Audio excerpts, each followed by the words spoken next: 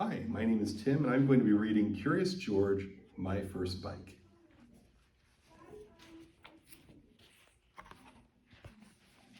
George ate breakfast every morning with his friend, the man with the yellow hat. One morning, the doorbell rang.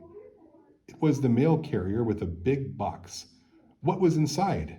George was very curious. A blue bike. George had always wanted one. I must go now, said the man.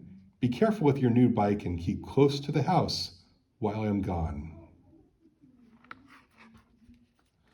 George could ride very well. He could even do tricks. Monkeys are good at that. George saw a paper boy passing by. He had an idea. George could deliver the papers for the boy on his new bike. He delivered some papers in the neighborhood. When he came to the last house, he saw a little river in the distance. George was curious. He was also getting farther away from home. George rode his bike to the river and saw a duck family floating downstream. What fun! Then George had another idea.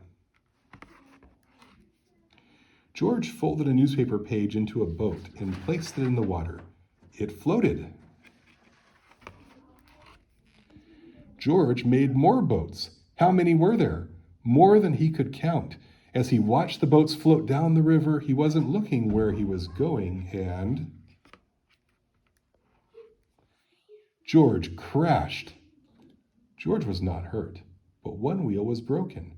How was he going to get back home? George tried to ride the bike, but of course it wouldn't go, so he started carrying it. But it soon got too heavy. George did not know what to do until he had another idea. He could do a trick and ride on one wheel. So he rode on one wheel by the river, through the neighborhood, all the way home.